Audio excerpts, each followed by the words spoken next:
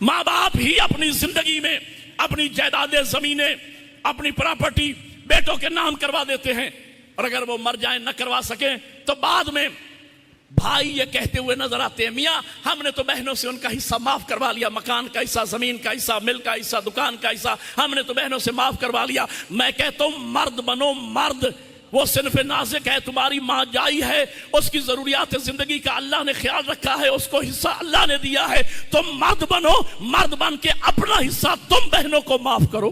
उनसे आप बाहर जा सकते हो, मजदूरी कर सकते हो, वो पर्दादार है, वो घर में बैठने वाली सिर्फ नाज़िक है, नाराज तो नहीं हो गए। इस्लाम में बेटी है, औरत बेटी है तो रहमत। जब औरत बीवी की मंजिल पे आती है, हदीस, हर बीवी अपने अपने शौहर के निस्फ ईमान में हिस्सादार।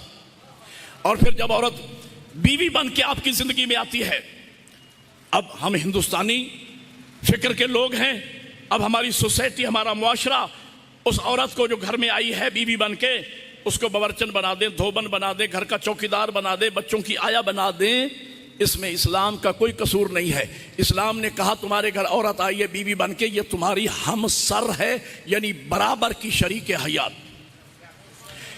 एक बात याद रखना, आप मेरे 10 काम कर दें, मैं मुरवत में आपके आके 20 काम कर दूं, इसमें कोई हर्ज नहीं, अजर व सवाब है इसका। लेकिन मेरे ऊपर वाजिब हो आपके काम करना, ऐसी बात नहीं है।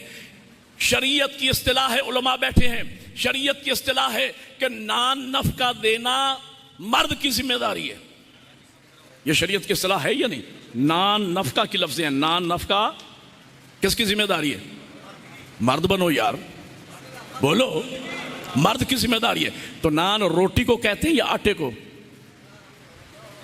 रोटी को। शरीयत मुकद्दसा में वाजिब है मर्द पर कि औरत को पकी पकाई दे।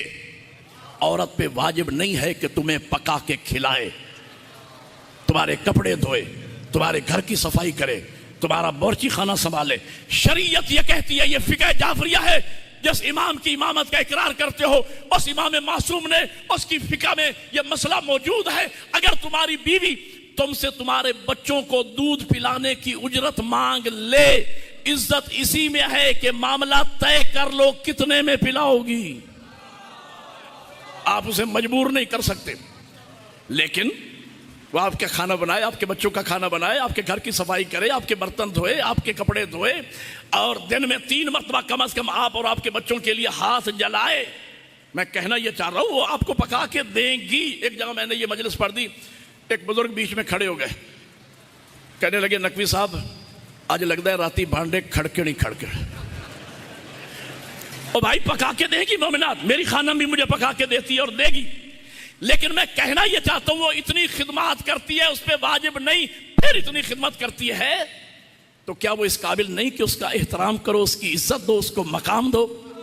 लेकिन हम हिंदुस्तानी ज़हन के लोग, मियाँ औरत की मिसाल तो जूती जैसी है, मर्जी आई पहन ली, मर्जी आई फेंक दी। खबरदार, औरत को कभी हीच समझना न खुदारा। औरत कभी हव्वा, कभी मरियम, कभी ज़हरा।